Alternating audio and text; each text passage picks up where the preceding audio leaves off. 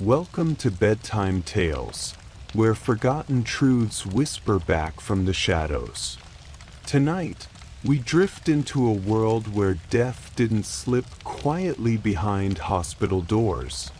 It stayed fully present, draped in black, framed in portraits, etched into silence.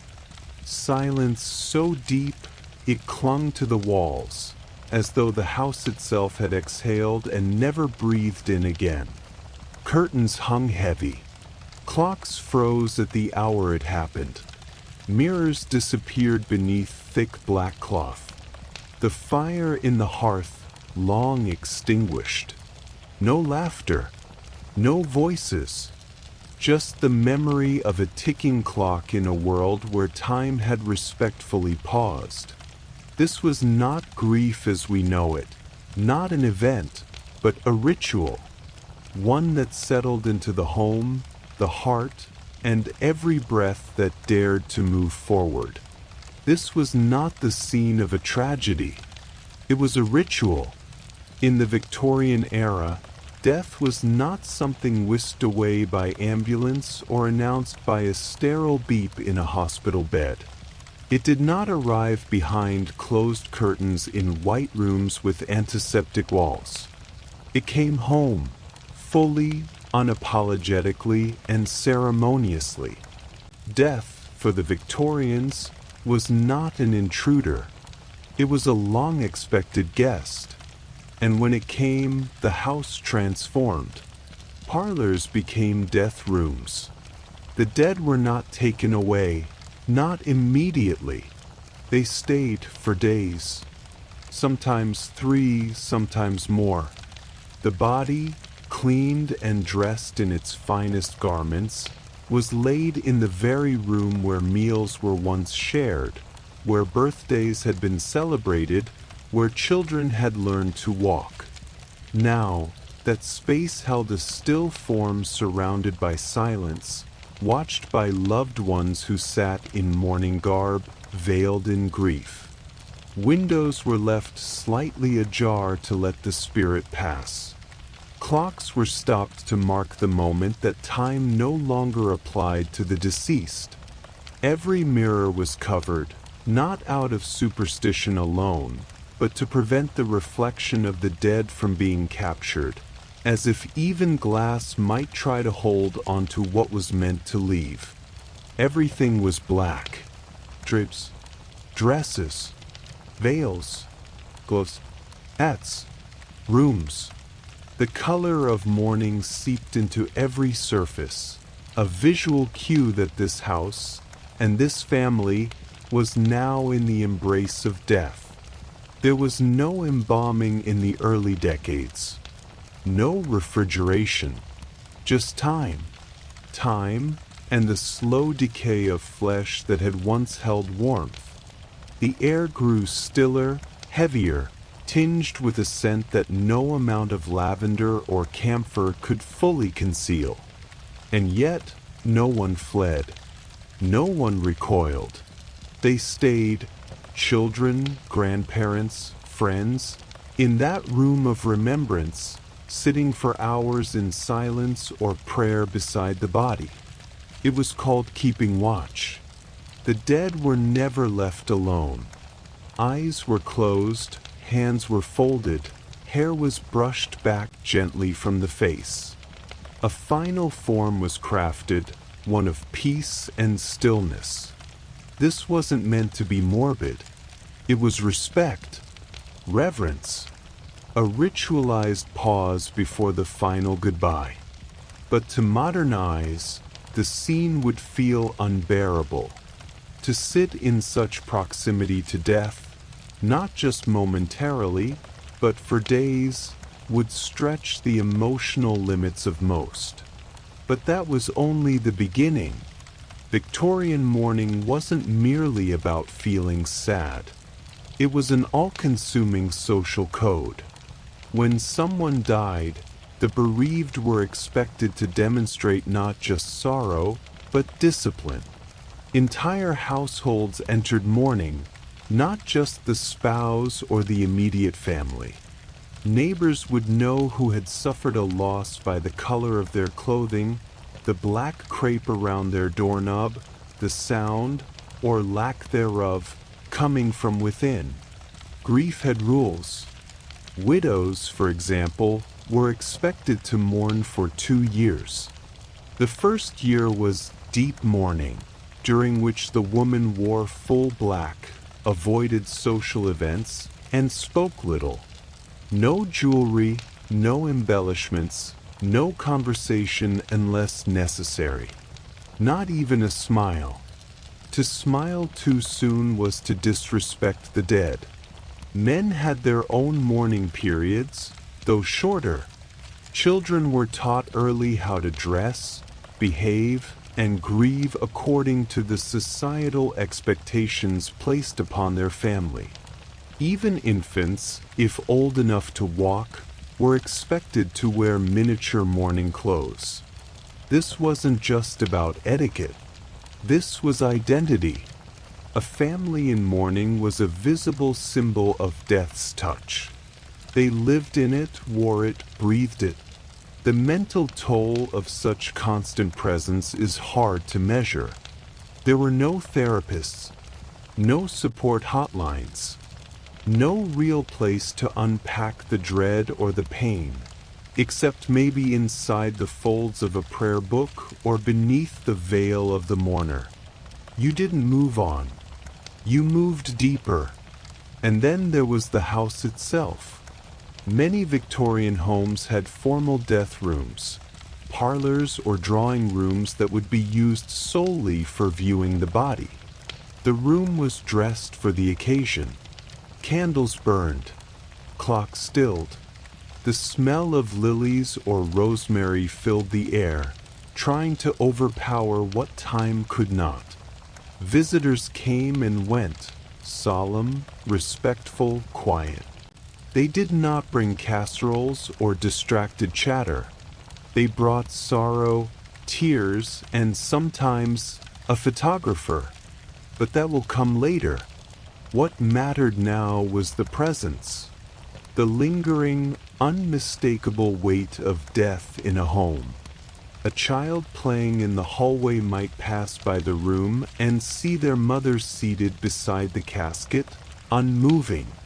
A husband might return from work not to laughter, but to weeping and whispered prayers. The home was not a refuge from grief, it was the epicenter of it. Even weddings were planned with an eye toward death. Mourning could not be interrupted. If your cousin died, and your wedding was scheduled for the following week, it was often postponed. A bride in white could not compete with a house draped in black. Death, in every way, commanded more attention than life. But still life went on. Meals were eaten, fireplaces tended, and through it all, the dead remained. Until the final day, the procession, the church, the grave. It was only then that the body left the house. But death did not leave with it.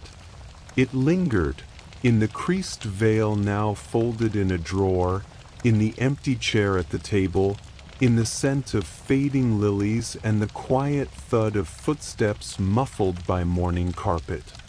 Even the walls seemed to remember. And some families, even after burial, would cling to the memory in a more physical way. They would invite the photographer in to capture what could no longer be kept alive. And so they posed them, bodies, once warm, now dressed in Sunday best, propped gently against parlor chairs or cradled in the arms of mourning mothers who did not blink, did not breathe too loudly for fear of disrupting the illusion that nothing had changed. That the child with glazed eyes and painted irises was simply asleep. These were not just photographs. They were last rites in silver and shadow, glass plates that held what memory could not. But before the photographer packed up his tripod and vanished into the fog, something far stranger occurred. The body stayed, because in many homes across Victorian Britain, death was not something that left quickly. It lingered. It took up residence. The dead were kept inside, sometimes for days, sometimes longer. Not hidden away in cold basements or tucked behind locked doors, but laid out in full view. In the drawing room, the parlor, even on the dining table, where just a week before laughter might have echoed. Now there was only hush. Curtains were drawn tight. Mirrors were veiled with black crepes so no soul might get trapped inside. Clocks were stopped at the time of death, as if time itself had been frozen in sympathy. And everywhere, silence reigned. This was the home of the dead, not a mausoleum. A house still lived in. Children stepped softly. Women moved like ghosts through hallways that smelled of lavender, camphor, and slow decay. Food rotted uneaten on trays. No visitors were allowed who might not understand. And the corpse, whether child, mother, or patriarch, wasn't merely present. It was honored. Candles surrounded the body, flickering long into the night. Holy books were read beside them in hushed voices. In some regions, salt was placed on the tongue. In others, coins covered the eyes, tokens for a fairy ride no one ever returned from. The family watched, always watched. They feared decomposition, yes, but more than that, they feared letting go. The Victorian age did not believe in quick goodbyes. There was no hasty cremation, no refrigerated morgues waiting at a respectful distance. There was only proximity, the kind that blurred the line between presence and absence. You see, when someone died, the ritual did not end with their final breath. It was only just beginning. The widow, still in shock, might be expected to attend to her husband's body, combing his hair, straightening his collar, whispering prayers over his cold brow. Children might kiss the forehead of a sibling who no longer responded. And if the air was especially damp, flowers would be packed under the arms and around the neck to mask what nature inevitably unveiled. This was considered normal. More than normal, it was respectful. To do anything less was to shame the family, to shame the dead. And so the grieving were trapped in rooms heavy with candle smoke and silence. They barely slept. They barely ate. Mourning was not a quiet sadness in the heart. It was a performance, long, elaborate, suffocating. A spectacle of endurance. Sometimes, the body was kept because a sibling lived far away and needed time to return home. Other times, it was simply because they couldn't let go. There are stories, many stories, of people refusing to bury the deceased. Days passed. The scent changed. The flowers could no longer cover it. But still, the body stayed. To us, that may seem grotesque, morbid. But to them, it was grief. Raw, unfiltered, and absolute. The home became a shrine. And every ticking second without that person felt like drowning. So they clung to the clothes, to the bedding, to the body itself. Because the world beyond those walls had no sympathy for soft hearts, no patience for quiet breakdowns. It demanded decorum, strength, obedience to tradition. And that's the cruelest part. In the very moment they were most broken, most lost, the Victorians were required to be at their most composed. stoic, elegant, perfectly devastated. So they performed. Veils were worn even inside the home. Black lace over pale faces. Gloves that never came off. Not even when tears soaked through the fabric. They lit more candles. They spoke in whispers. They sat with the dead. And they waited. Not just for burial. Not just for the priest. But for some sign, any sign, that this wasn't really happening. That they weren't alone. That perhaps, just perhaps, death had made a mistake. Because when you live inside a home of the dead long enough, you start to imagine things. A whisper that wasn't there. A hand that shifts just slightly beneath the shroud. A photograph where the eyes don't quite stay still. The photographer, you see, may have left the house. But his work was not done. Not really. Because the next time he came back, he wouldn't just photograph the dead. He would transform them, freeze them mid-smile, sit them upright, eyes open, if not naturally, then by the stroke of a careful brush. And for one more moment, for one last memory, the dead would live again. Just long enough to be captured. Forever. That was the hope, at least.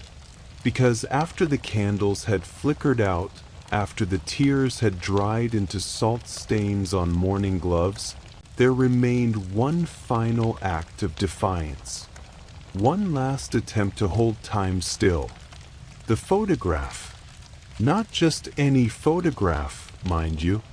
Not the casual snapshots we take now, with phones in hand and smiles rehearsed. No, these were sacred, composed, carefully constructed, post-mortem portraits. They were both art and artifact, images that blurred the line between memory and illusion, between beauty and the unbearable. At first glance, they might appear like ordinary portraits. A little girl seated in a velvet chair, a young man standing solemnly beside a draped curtain, a baby nestled peacefully in its mother's arms. You wouldn't notice anything amiss until your eyes linger just a moment too long, and you realize the subject is no longer breathing. Sometimes the clues are subtle. An unnatural stillness in the limbs. A peculiar stiffness in the pose. Other times they're jarringly obvious. Pale lips, tightly closed hands, or worse, eyes that have been painted open. Painted. Photographers, in their attempt to preserve not just a face but the life that once animated it, would sometimes paint pupils onto the closed eyelids of a child or a wife. The result? A haunting gaze that followed you across the room, both present and absent, both alive and unmistakably not. These weren't grotesque, not in their time. They were cherished. Families displayed them proudly on mantels, framed them in ornate wood or tucked them into lockets. To have a photograph of the dead was not macabre. It was merciful, because in a world where death came suddenly through fever, childbirth, infection, or accident, there was often no time to prepare, no time for goodbyes, no chance to remember the way someone looked when they were still full of breath and laughter. The photograph became that memory, or at least the performance of it. Children were often posed standing, with braces hidden behind them to keep them upright. Some were even held by their living parents. Mothers cloaked in black, blending into dark backdrops, almost invisible, like living ghosts holding on to what had already slipped away. Look closely at these images, and you'll sometimes spot it. The mother's hand unnaturally still. Her grief disguised behind composure. A silent desperation hidden beneath lace and satin. It was a deeply intimate violence, the need to turn mourning into imagery, to control something so uncontrollable. And for photographers, it became a profession, a skill, a careful dance with decay. Exposure times had to be long, movements had to be minimal, retouching was common. A slight blur in the hand might reveal which child was living and which was not. Sometimes, all the siblings would be arranged in a line, smiling faintly, while their deceased brother or sister sat among them, just as they had in life. The effect was unsettling, but in the Victorian mind, it was comfort. A portrait where the family remained whole, if only for a moment longer. You may wonder, why not just remember them as they were? But memory is cruel. It fades. It reshapes. And in an era where photography was still a wonder, still a miracle of chemicals and light, to capture the dead was to defy the finality of death. Some families went even further. They didn't just want stillness. They wanted vitality. A book in hand, a head tilted in contemplation, a favorite toy placed delicately in a child's lap. These weren't symbols of mourning. They were performances of life. Not just this is what they looked like, but this is who they were. A young woman photographed at her writing desk, eyes fixed on some imagined horizon. A little boy posed with a hoop and stick, as if the next moment might find him playing again. A child in bed, eyes shut, as though asleep, perhaps the gentlest fiction of all. But fiction nonetheless. Because despite the satin and flowers and tender composition, what lay before the lens was death. Cold and irreversible. And yet, when you look at these photos today, what strikes you isn't just sadness. It's the eeriness, the quiet insistence that something is not quite right, that the smile is too stiff, the posture too posed, the silence too deep. It's as if the photograph knows, as if it carries the weight of both memory and loss. A frozen moment, too perfect, too still. Today, these images are often found in dusty antique shops, mislabeled as simple portraits. Some collectors prize them for their beauty, their rarity. Others avoid them entirely, uncomfortable with their uncanny truth. But back then, they were sacred. Sometimes the only image ever taken of a loved one. The only chance to preserve a face before it faded in the minds of those left behind. And so they were displayed, touched, kissed, even carried. A way of saying, you were here, and I won't forget. Even if that memory had to be fabricated, even if the eyes were painted, even if the smile was forced, because in the world of Victorian mourning, grief was not quiet. It was art, it was ritual, and it was, above all else, visible. And it didn't end with the photograph. The mourning had only just begun. What you wore, how you behaved, even how long you grieved, was no longer a private matter. It was a performance, with rules, and penalties for breaking them.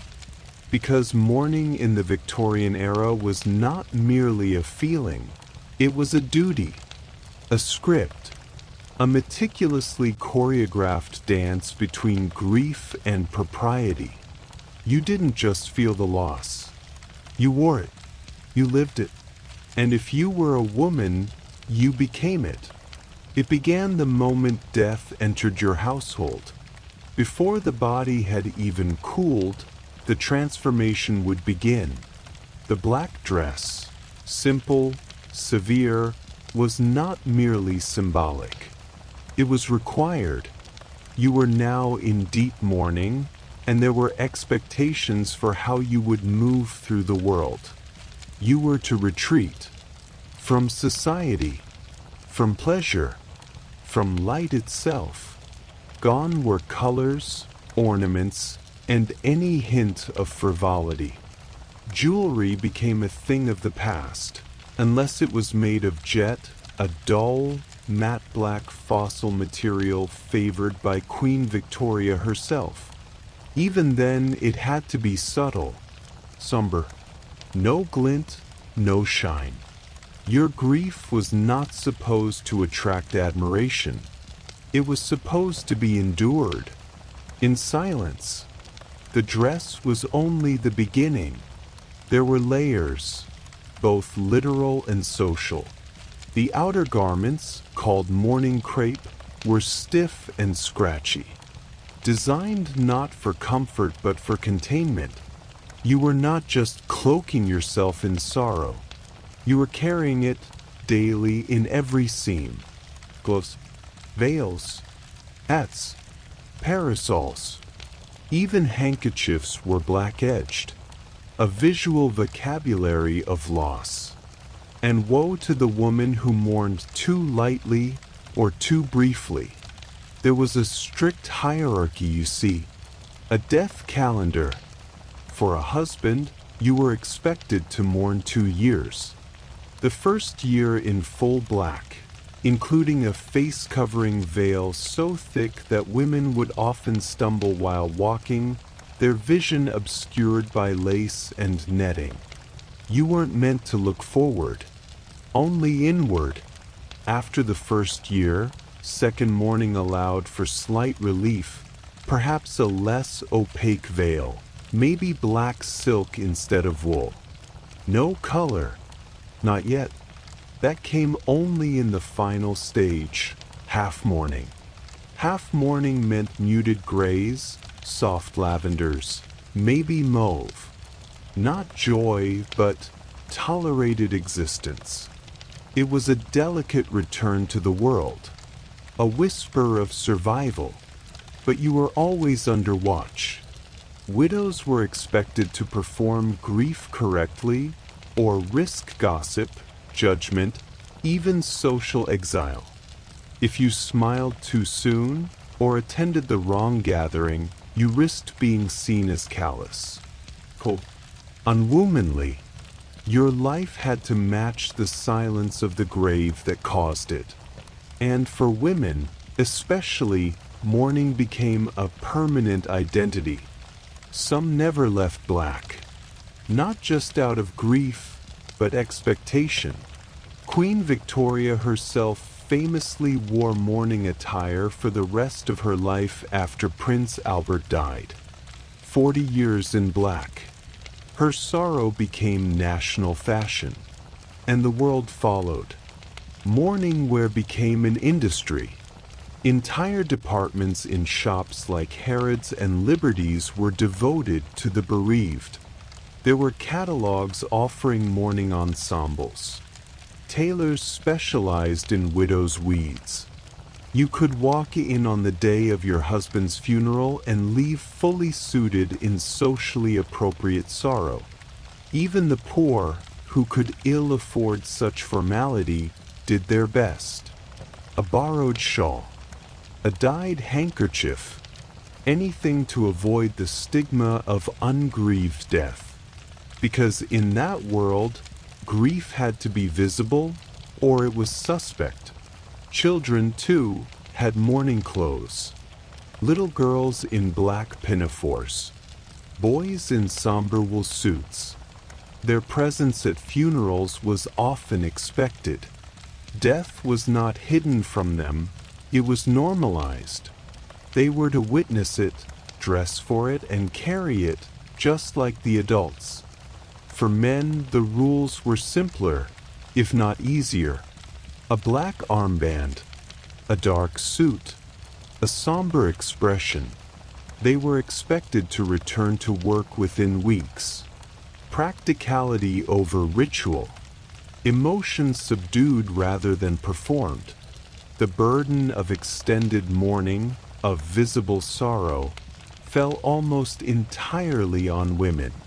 Because grief, like everything else in that society, was gendered. And while the clothes could signal mourning to the outside world, it was what happened within the home that revealed the real cost.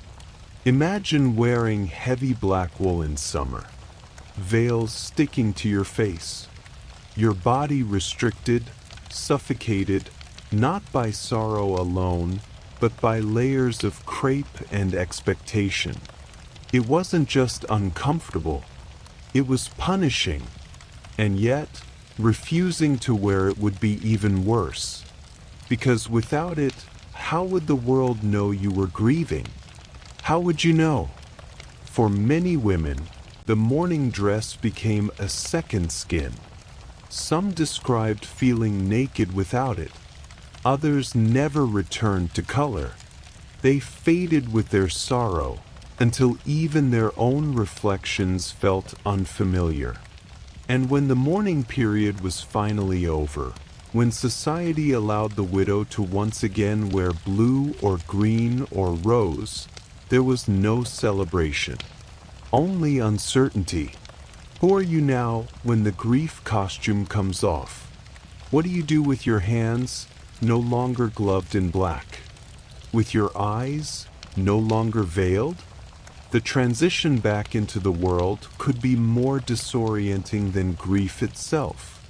It marked not just the end of mourning, but the end of the role you had come to play. And in many cases, the community never really let you step out of it. A widow was always a widow, tainted by loss, shadowed by absence. She might remarry, but rarely without judgment. She might laugh again, but never too loudly. She might wear color, but always with restraint. Because mourning didn't just change your wardrobe, it changed your place in the world, permanently. But for some Victorians, even that wasn't enough. The clothes, the rituals, the photographs, they still couldn't protect against the greatest fear of all. That death might not be final. That perhaps, even in the quietest grave, the dead were not quite done. And the living would have to act accordingly. You see, for all their rules, rituals, and reverence, the Victorians harbored a gnawing, inescapable fear. What if the dead weren't really dead? What if that still, silent body wasn't a corpse, but a sleeper? What if they woke up 6 feet underground? It wasn't paranoia. Not entirely. Because in the 19th century, medical science was still fumbling its way toward certainty. Doctors couldn't always distinguish between death and deep coma, between faint heartbeat and no heartbeat at all. Tools were primitive, understanding was patchy, and mistakes fatal. And so the fear took hold. It crept into parlors and bedrooms, into newspapers and novels, into the minds of ordinary people who watched their loved ones laid out, wondering, are they really gone? The fear of premature burial wasn't just a passing hysteria, it became an obsession, a cultural panic. It had a name, taphophobia, the terror of being buried alive. And the stories were everywhere. The maid found hours too late, scratch marks on the inside of her coffin. The man who awoke in his crypt only to scream until his throat gave out. The child who sat upright during their own funeral procession, only to die, truly die, from the shock. Of course, not all of them were true, but truth was irrelevant.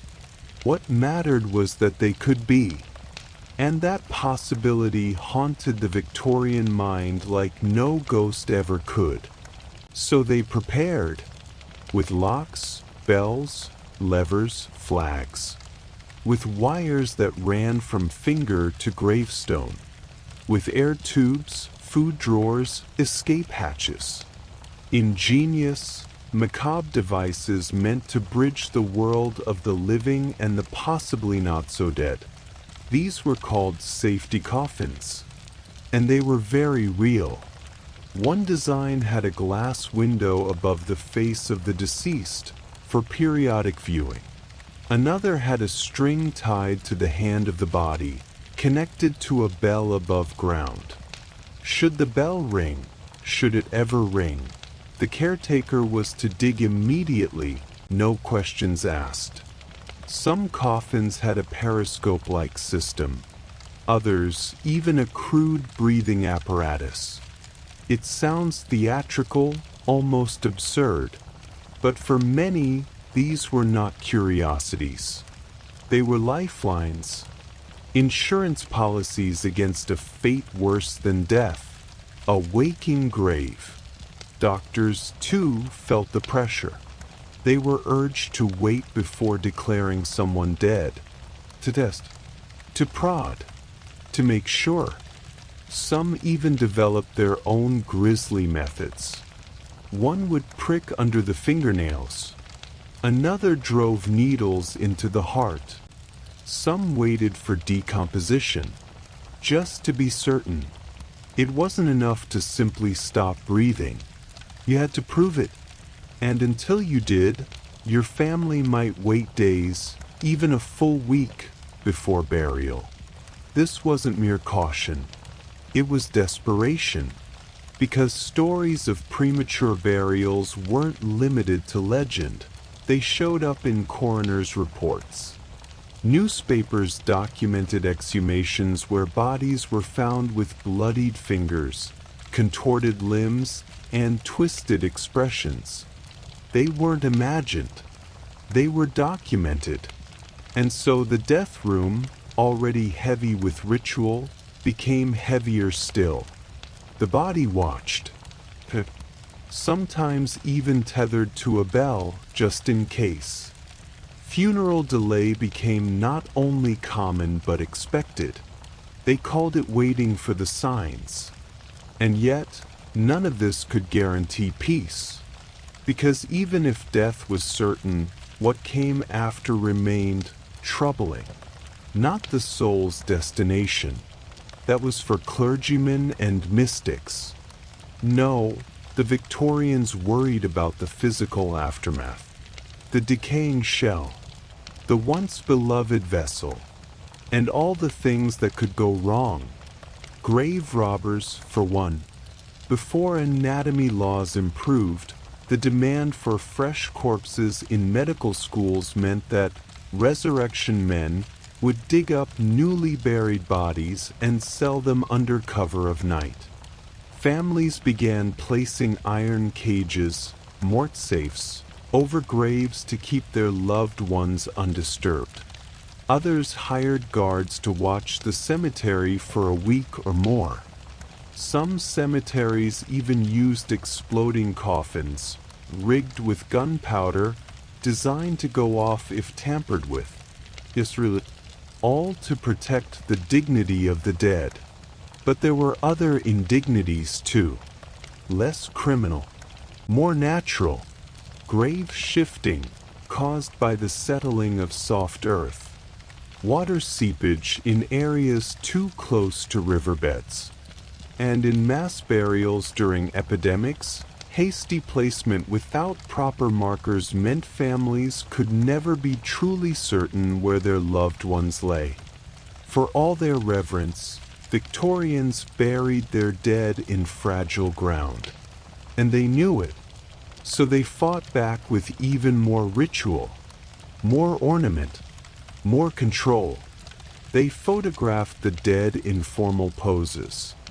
They draped mirrors in the house so no souls would be trapped. They placed coins over the eyes, or opened windows for spirits to escape. They left calling cards at cemeteries. They held seances. Because it wasn't just about burial. It was about what came next, if anything. And in that uncertainty, they built a world of comforting absolutes. Black dresses, timed rituals, funeral trains, silver death certificates, mourning jewelry made from human hair. Every detail measured, every moment controlled, because underneath it all pulsed a quiet, unspoken terror. That the end might not be the end. That perhaps, in some unseen space between breath and silence, we linger, unseen, undone, unfinished.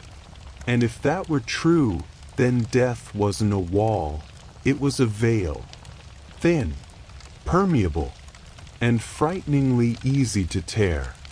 So they built the rituals higher, made the mourning longer, wrapped grief in lace and law and etiquette. Because if you couldn't control death itself, at least you could perform it properly. At least you could pretend it made sense. And perhaps that's the most haunting truth of all. That the Victorians weren't obsessed with death because they loved it. They were obsessed because they feared it.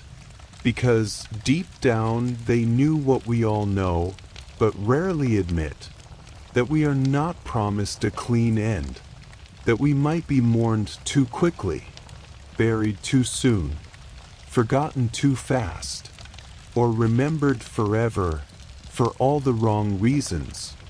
That was the final fear.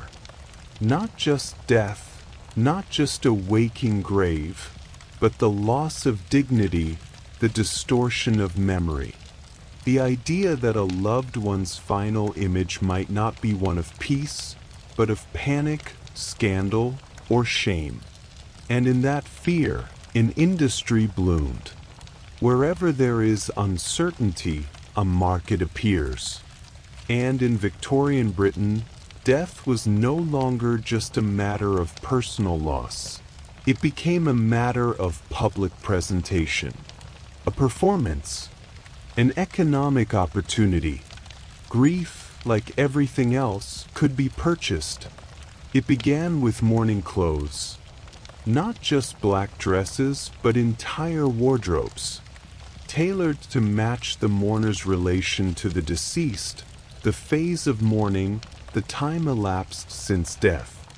A widow might wear deep black crepe for 2 years, sometimes longer. Children wore it for their parents. Parents for their children. Even servants were dressed in mourning if their employer passed. Shops emerged to meet the demand. Drapers, clothiers, and milliners specializing solely in mourning attire. Window displays filled with jet black veils and gloves. Catalogs advertised widows' weeds, with all the flourish of high fashion. The quality and cut of your mourning became a reflection of your status and your sorrow. Mourning became performative. It wasn't enough to feel grief. You had to show it, and you had to show it correctly. Etiquette manuals dictated every detail. How long to mourn, what color to wear in each phase, when to leave the house, when to remove the veil, when to speak of the deceased, and when not to. Grief had been privatized. Now it was industrialized. There were mourning warehouses, massive halls where one could acquire everything needed for a funeral in a single visit. Coffins, clothes, stationery, flowers, memorial photography, embalming services, even mourning jewelry. And always there was the undertaker, Once a humble carpenter, by the mid-19th century, the undertaker had evolved into a full-fledged businessman of death. He provided not just a box, but an experience. The hearse, the horses, the attendants, the mourning drapery for the home, all of it available for a price.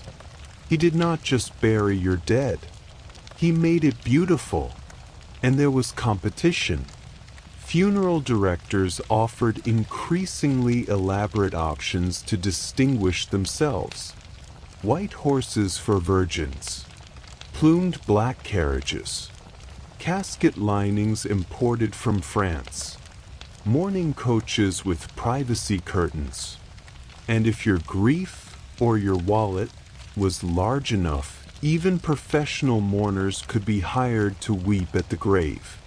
There were people paid to cry, and they did it well, because grief, it seemed, had a price tag. But behind the commerce lay a deeper truth. Victorians were trying to make sense of the senseless. They were building structure around devastation. If you couldn't control death, you could at least control what came after. There was even a thriving market in mourning stationery. Death notices printed in black-bordered cards. Letters edged in charcoal lines. The thickness of the border indicated the closeness of the relationship. Thick border? A spouse or parent. Thin? Cousin, perhaps. Even in writing, sorrow had gradients. Black-rimmed envelopes became a symbol in themselves. When one arrived at your door, you already knew. Someone was gone, and you were about to be pulled into their grief. This industrialization was not limited to the wealthy. Even working-class families, struggling to survive, would do their utmost to afford a proper funeral. They would save for years, go into debt, or subscribe to burial clubs, early forms of funeral insurance, to ensure they could provide the essentials: a decent coffin, a carriage, a grave. It wasn't vanity, it was duty, because to bury someone poorly was not just a social embarrassment, it was a moral failure. You didn't just fail the dead, you failed society. You failed yourself. And so the rituals grew. Locks of hair snipped from the deceased were sent to craftsmen who wove them into bracelets, rings, or framed keepsakes. Post-mortem photographs became more ornate. The body posed next to loved ones, sometimes seated upright, eyes painted onto closed lids. A final portrait. A frozen farewell. Even cemeteries became competitive. Older graveyards filled to capacity. Newer ones, like London's Magnificent Seven, rose with landscaped beauty, Gothic architecture, and family mausoleums. Burial became real estate. Prime spots were purchased, reserved, and fenced. To be buried well was to be loved well.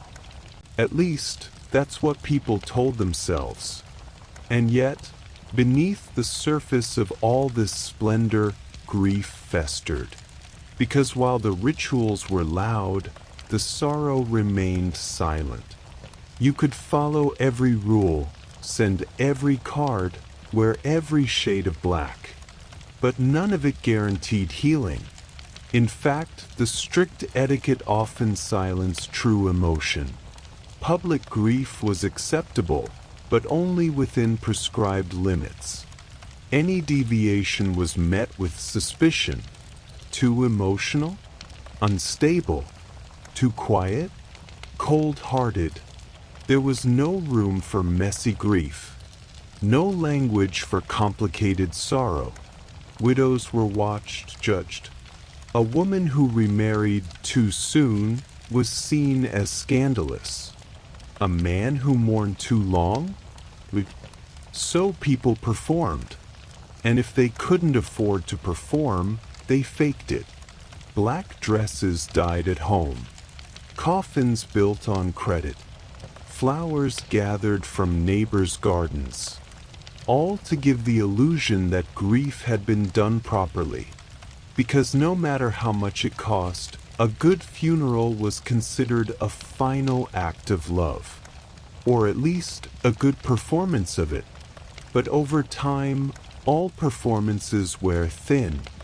And when the veils came off, when the flowers wilted, and the last thank you card was sent, what remained? A house half draped in silence. Rooms too large for one. Echoes of rules now obsolete. And a grief that had been public, now left to decay in private. Because the Victorian mourning industry could sell you everything. Except peace. And that's the part we never inherited. Not the mourning clothes. Not the lace-trimmed coffins. Not the hair jewelry or the seance tables. But the exhaustion. The emotional wreckage left behind by a world built so tightly around the inevitability of death. So tightly, in fact, that it left no room for living. Because when everything becomes a ritual, when grief is scheduled, accessorized, and publicly policed, when death arrives not as a surprise, but as a ceremony rehearsed since childhood, it begins to rot you from the inside long before your own coffin is ever ordered. Victorians didn't have grief counselors. They had silence. They had shadowy parlors where mirrors were covered and clocks were stopped. They had weeks, months, of hushed meals and lowered gazes. And if they didn't mourn the right way, if a widow laughed too soon, or a child forgot their black armband, or a man remarried within the year, there were consequences. Social, familial, sometimes eternal. You were judged, whispered about, condemned quietly for grieving incorrectly. So you learned to perform it. You swallowed your screams and turned them into embroidery. You braided your sorrow into lockets made of your sister's hair. You stitched your own heartbreak into the hem of your mourning veil. And through all of this, life kept moving. Children still needed feeding. Fires still needed stoking. There were crops to harvest, letters to send, neighbors to greet with that same measured nod, as if your very posture could betray too much sorrow or not enough. And in this world, full of etiquette and expectation, grief became a performance art. But performances wear you down. They blur the boundary between real and rehearsed. And so what began as a coping mechanism became something darker, a quiet national illness. Doctors didn't call it PTSD. They didn't have the language, but they saw the symptoms: sleeplessness, weight loss, hallucinations, women who fainted at random, men who became sullen and unreachable, children who stopped speaking entirely after a sibling's death. And the worst part? This wasn't during war. This was everyday life. Because in Victorian England, death didn't knock. It simply let itself in. It took the youngest and the healthiest. It arrived with a cough, or a stomachache, or a slip on a wet cobblestone. And no one was safe. No one was untouched. By the age of 10, most children had attended more funerals than birthday parties. By the age of 30, you'd likely buried at least one parent, several siblings, maybe a spouse, maybe a child. Imagine carrying that weight. daily, quietly, constantly, all while being told not to cry too loudly, not to linger too long, not to forget your place in the mourning cycle. So you wore the black. You memorized the rules. You bought the memorial card, paid the undertaker, sent the thank you notes, stood for the photograph next to your dead brother, and sat in the pew on Sunday while your neighbor's coffin passed by.